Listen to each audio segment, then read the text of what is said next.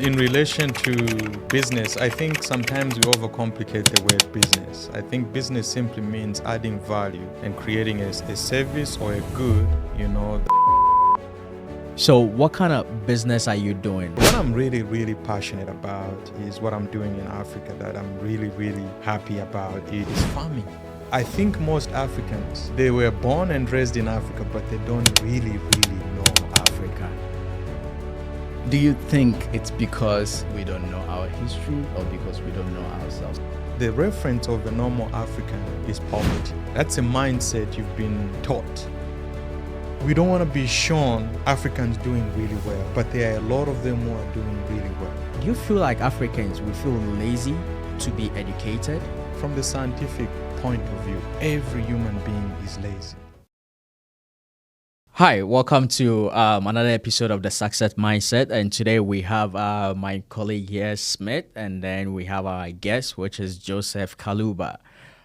Today we are going to discuss anything related to business and stuff, so be ready to get different, bits and whatever from businesses. As our guest here is very good when it comes to business, and he's an entrepreneur that is doing great.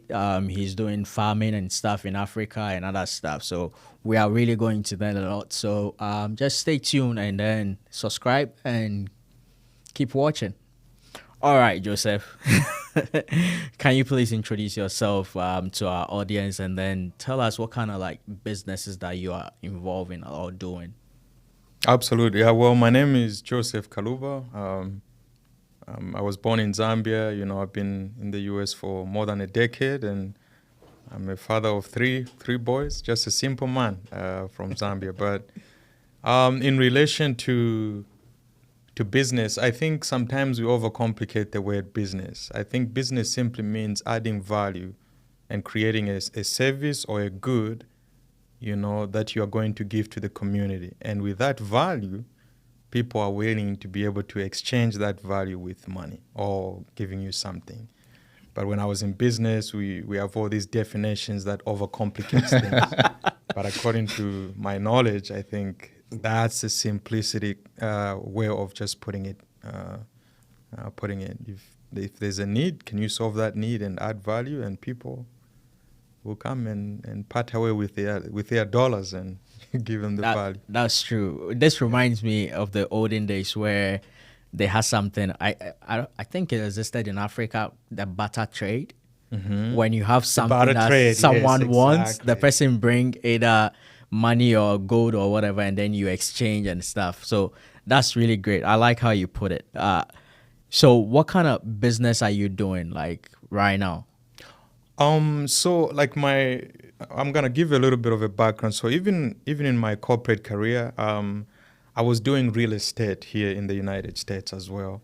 I started off with purchasing a house in 2018. That was my first home, and then over time, the portfolio kind of grew a little bit. Now I have 5 homes, right? But over time, then I can change the system. Maybe I can sell a few, and then use some of the capital to invest in different ventures. But what I'm really passionate about is what I'm doing in Africa that I'm really happy about is farming, right? I asked myself a question because I've been studying Africa for the past. I'm from Africa. You would think that I would really know, right? That's true. But I think most Africans, I must confess this, they were born and raised in Africa, but they don't really know Africa. That is true. I agree with you 100%. They really do not. It had to take a 5-year study and then 4-year actual on-the-ground research for me to know that this is the next big thing. Yeah. Africa is the next big Do you think it's because we don't know our history, or because we don't read a lot, or because we don't know ourselves? Is it an identity crisis or something like that? I don't want to be controversial, but it's all of the above.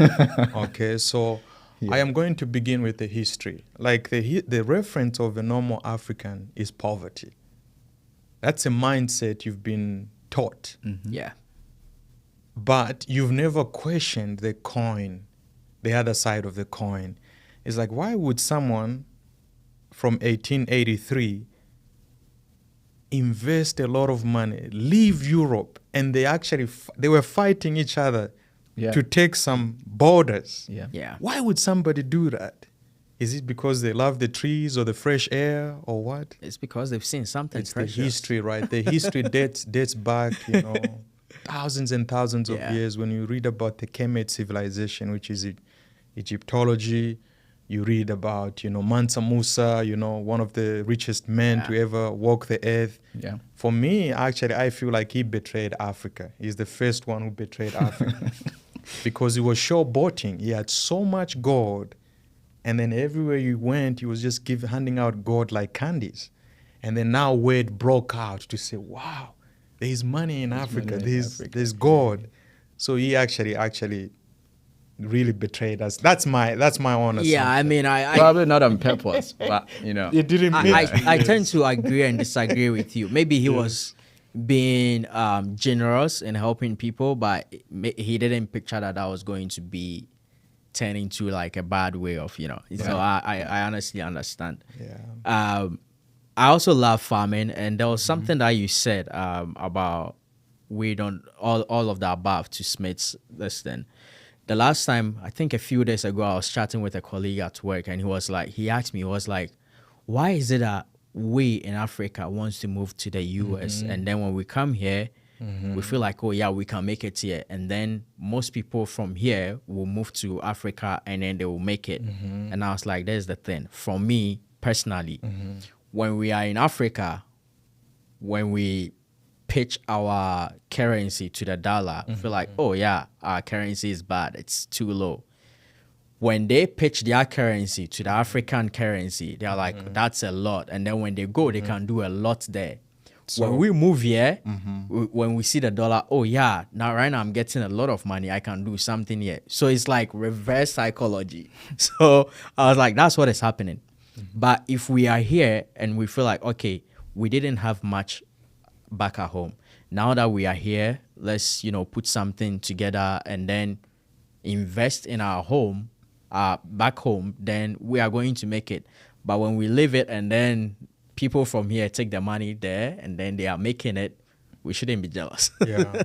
So, I totally agree with you. I think that's a good lens that I never looked at. But I may correct it a little bit more because I do see a lot of immigrants, from Africa in the United States who have excelled. They've done really well. They are multi-millionaires. Yep.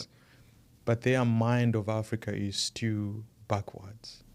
They don't even invest home. I've seen people who are more wealthier than me from Africa, but because they haven't invested the time to study the landscape and also the emerging markets as well, right? Because their minds, for example, when I was growing up, I didn't have much. So my reference of Africa, if I didn't unlearn what I was taught, right? Because you have to unlearn. There's what you've learned behaviors, and then you have to unlearn those behaviors. I wouldn't be as this passionate about Africa too. So I don't blame them that when they come here, they put their roots here. This is all they think about because they haven't taken the time. Contra-wise, I've seen a few friends that were given opportunity to come to the States. They declined. They said, no, I am not doing it. I'm going to build here. Some of them have so much wealth now in Africa that even for me, with my 3 degrees, it's not even a comparison. They've done really, really well. Yeah. Because they saw the vision before I saw it. That's true. So the reason why I'm advocating for Africa is because I go to Africa about minimum 4 times in a year. That's why I said you have to do the research, but also you have to be on the ground as well. With the exploration of Africa and, the businesses, have I lost money? I've lost a lot of money, but I see the potential is immense. So the business that I'm really going into mainly is farming, right? I wanted to qualify that. We kind of wandered off a little bit. like the case where I'm doing business in farming is in Tanzania and in Zambia as well. The land, the fertility of the land. And when I see some of those ads that we are primed with in the United States, when you see people hungry, there is no way and there's no reason why every African should be hungry. Yeah. That's true. I think we just have bad leaders. Not only bad leaders, we have also the wrong mindsets. That's We shouldn't stake everything on the Yeah. leaders. Yeah. You know, why do I tell you this? I did a pilot study on about 15 acres of land. And we just harvested on because where I'm from, corn is like the staple, right? The harvest on that 10 acres of land, if I were to get that food and just store it for my family, it can take me almost 6 years to finish just the food. Of course, I'm going to sell it. It's a business, Yeah. right? But that's what I'm saying. Like, there could be farmers that really, like, there shouldn't be anyone hungry in Africa. That's just my That's take true. because I have seen it, I've experimented, and I'm not just speaking from the theory standpoint. The land is just so fertile.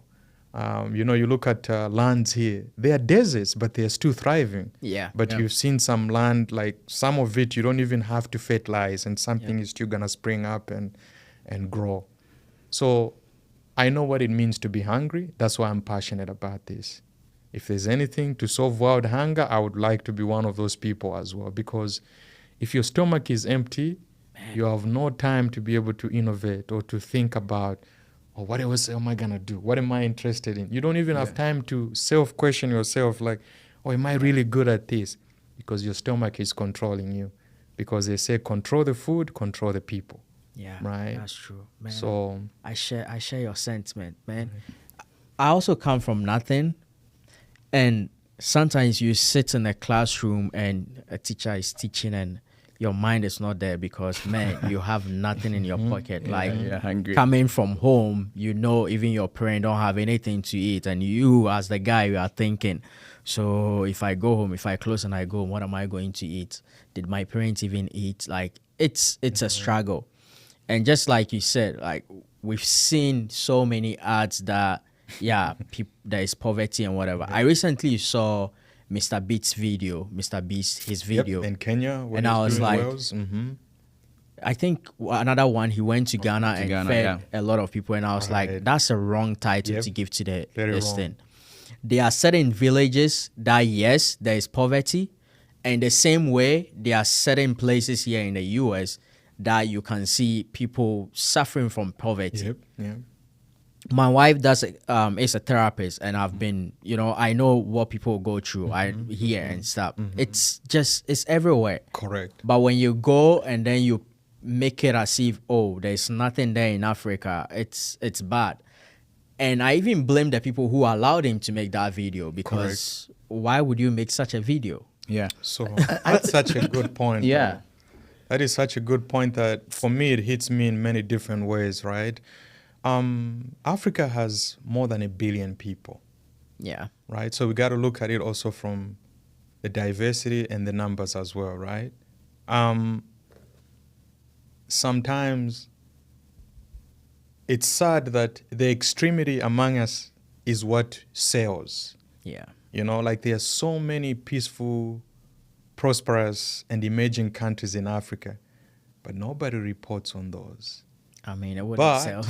exactly, that's what I'm saying. But whenever you have wars in maybe Somalia, there's a little bit of conflict in the Congo, that's a picture that is sent to the West. Yeah. For the most part. They are not going to tell you they are brilliant engineers in Africa. Yeah. Most of the AI that we are using, the labs are in Nairobi. Yeah. They are not going to tell you that. Training. Yes, exactly. But you see, you get what I mean? Like the Yeah. AI that is being consumed here in the United States, the root of it is in Africa.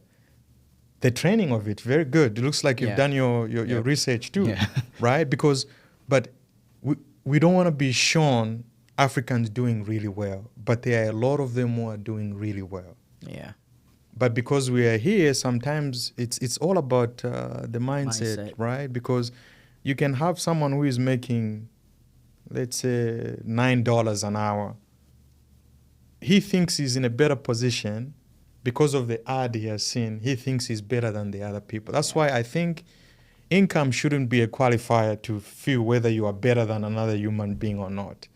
At the end of the day, we are humans, and where humans are, there will be opportunity and also there will be lack based on choices. Yeah, I think something that I've been thinking about, and I totally agree with all you guys are saying about the perspective thrown onto Africa and what actually is on the ground. You mentioned about providing value or a service to people in order to make a business out of it. With all these constraints in place, especially in Africa, like how do you overcome it? Like maybe we are here and we have some dollars, so we think we can go back and make it there, right? But what about someone in Africa with all these constraints? How does the person actually start a business and become successful with it? That is such a good point, and it's reality on the ground. But I will tell you something.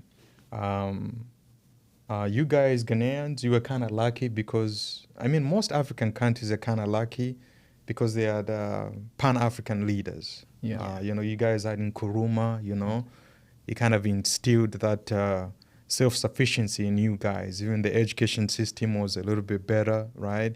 You go to Tanzania, you have Mwalimu Nyerere, where there is almost like no poverty in Tanzania. If you want to sleep hungry without food, it's because you want to in Tanzania. Yeah. That's how Tanzania now is like the breadbasket of Africa. They always have surplus in food. The food they sell is like, it's too much. Let's just go and sell to other people. But that's not going to sell. They're going to tell you where it is lacking. Now, coming to your point, Smith, in my own view, the biggest thing is actually what we actually even call the education. What we call education is training. I am a trained computer scientist. I'm a trained cybersecurity expert. That is not education. The degrees that we hold, for the most part, we think that's education. Yeah. It's training. They are training you for a specific duty or job that you need to do. But if you want to be educated now, I'm a computer scientist. I'm talking about Nkrumah. I'm talking about Fanua. I'm talking about history. That is different now. You talk about coding, that's what I do for a living. Right? Yeah. But now most Africans, we've confused knowing what's the capital city of the UK? It's London. Who is the queen? And all that, right? So we've been trained to copy the colonial system, because that system was producing intellectuals specifically tailored to fit or to take care of one aspect of life. But I'm seeing a brand of other Africans now. They're like, yes, I'm in accounting, but I can read a book about leadership. I'm in accounting. Oh, but I can read a book about therapy to learn about my trauma that I've gone through. For me, that's what I call education. Okay. Training, I have 3 degrees, that is training. I'm a trained, just like I'm in the military, I'm trained to take care of some situations. I'm trained to handle a weapon, right? It's a training. But education is very expansive, and also you look at the lens, how society is evolving and how people are moving. That's what I would call the real education. But since we are colonized, that psychology would take a long time. But now let me come back to a few examples of those who I can term as educated. There are a lot of Africans who are doing really well. My friend was a medical doctor. He quit. He's a multi-millionaire entrepreneur right now. He was a practicing medical doctor. But now he's in every business, extremely wealthy. Let's talk about another one who is educated. You look at Burkina Faso as a case study. That is education. It's not training. What we term most of the time as Africans as education is simply training for specific skills. But education is expansive. Education is going to the village. You do the interviews. How do you guys live? No, we've been farming like this. What about if you were to bring a tractor here? Do you know that it will only take 1 hour for you to knock out 50 acres, maybe in a couple of hours? Yeah. That's education for me. I So like that. that's how I look at it. Like most of the time we claim, oh, I have degrees, I'm educated. No, you are well trained. So if I understand you, what you're saying is, in order to make a good business, you have to educate yourself on exactly what you want to, like the service you want to provide. It's very, very Yeah. important to be educated. I wasn't a farmer. I never grew up in the village. You know, I'm a city boy. I was raised in the city. Most of farming actually comes from the village side of things. But I've had to educate myself to learn, oh, this is the insecticide you got to use. Oh, this is the number of time you have to fertilize. Oh, this is... I'm not an agriculturist, but, you know, I had to learn, you know. I'm a computer guy, you know that. Yeah. But I had to educate myself and learn. And I'm very, very fortunate that there are a lot of people out there, you know, that are willing to be able to share their knowledge, and so that you can be able to learn and grow. You know, I like what you said. When I was in BYU, Idaho, there are certain classes that I took, and I didn't take them because I want to earn a career in that. I took them because I want to hire people and I want to know better than what they are doing. At least, even if not better, I want to get an understanding of what they are doing. So like something like website development, I took that class not because I want to land a career, but I knew at the back of my mind that I have this business mindset, and one day I'll hire someone to build a website for me. At least I need to have a knowledge about it, so that way, if the person is, you know, doing something that is not good, I can be like, hey, do it this way or do it that way. Like have a knowledge about that. And it also makes sense because the person will see that, oh, this person knows his stuff, so I can't, you know, screw him over. And it's good. I love that. Like you said, education. I didn't go to any business school, but man, tell me where you are from and tell me, oh, I want to start a business in this country or whatever. I can do a research about a country, write a business plan for you, write a business proposal for you, tell you like everything that you need to do. That is me. When I was young, my dad had a privilege to sit among kings because he was also from a royal. Right. And when I go with him, they discuss about land, you know, purchasing of lands and stuff. So I'm in a situation whereby I have knowledge about all those things. I didn't go to school for it. It was just following my dad. I know how to negotiate. I know all the checks that I have to do when I'm purchasing a land, like all those things. Very good. But which brings me to my question. Do you feel like Africans, we feel lazy to be educated? Because like you started a business in farming. I also have a cocoa plantation in Ghana and stuff. And right now I'm doing plantain and stuff because I was like, okay, 2 months ago, I was like, no, I need to start, you know, plantain chips, you know, those. Yeah. I was like, I want to start that business. But I researched and I noticed that there are a lot of people doing plantain chips in Ghana. And I'm like, okay, how can I stand out? So I took extra 3 weeks to study the market, and I made my mom buy some of them and send it to me so that I taste them. And I noticed that there are about 3 or 4 flavors in Ghana. And I was like, okay, I can introduce this. How do I do it? I employ AI. Now I have about 10 flavors that I can introduce. And I have like, I've done Artificial flavors from artificial. no, like real flavors. And they sell it here. You know, they have like, is it Sprinkles? Those, Yeah. you know, they have a lot of flavors. Yeah. Correct. So I was researching, I was like, how did they come by those flavors? Very good. Not knowing that they even sell them like powders and stuff that you can sprinkle on it and then that's it.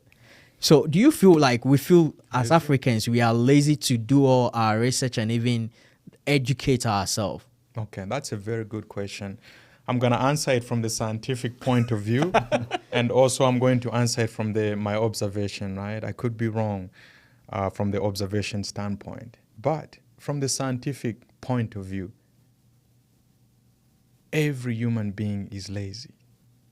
That's right. I'm serious. You have to fight that. yeah, You have to. it's true. You have to overcome that, right? Until it becomes a habit. For example, I like exercising. I've been doing it for years. If I don't do it, I feel sick. But when I was starting out, that was not the case. No. I'm complaining. I don't like this. Why am I even doing this? But over time, when you do it consistently, and then it becomes a part of you. So I think segmenting Africa as being lazy, I think Africa has some of the most hardest working people. I could be biased, but I think No, that's true. No, we can you're right. really, really Yeah. work.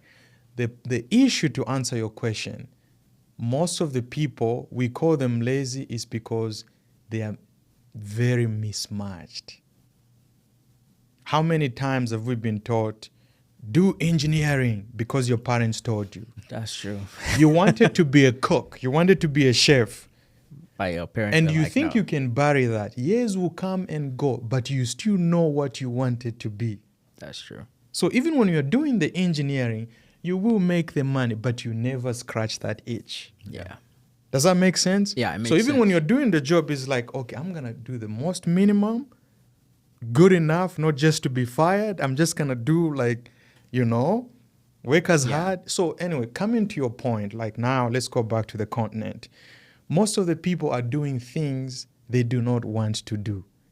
And hence, have you ever seen Africans when they are playing soccer, how animated they get? Yeah. Are they lazy? Or they can run for 2 or 3 hours? They can run. Exactly. But why? It's because They enjoy the it. passion Yeah. is It's there. tied to what they are Yeah, doing. doing. So most of the time, what we call lazy is definitely a mismatch. Yeah. If you find something that really clicks for you. Like for me, the farming thing, it really clicks because I want to feed as many people as possible. But along the way, I know it's going to make me money as well. Yeah. Money is not the goal for me. The goal is to add value to the people and the community around. Yeah. So that's how I would answer that. Even here in the United States, it's the same thing. Find a person who is heavily mismatched. He wants the money, but he's not invested into it. You will see how it's going to work. If he's in Amazon, the boxes, if there are no cameras there, he'll be just throwing the boxes. The cameras are not on him, but the cameras have to point on him to check him and behavior correct a little bit, right? Yeah. But if he loves throwing those boxes, you have to remind him, hey, man, it's time to go. You got to clock out now. Oh, really? It's time? That's the way most human beings are. So in Africa, we need to get to a point.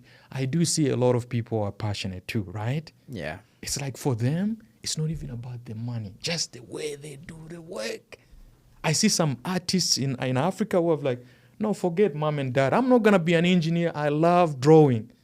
And the work, like I have a friend I went to high school with. Now, he was not making money. He was smart too in math. In our minds, no, the math guy, definitely either an engineer or a doctor. He refused. He stayed on the art side of things. He never made money, but now his art piece minimum is $500. Nice. Right? Because he's stuck to his passion, So I wouldn't say they are lazy. I think simply put, it's just mismatch. Okay. Wow.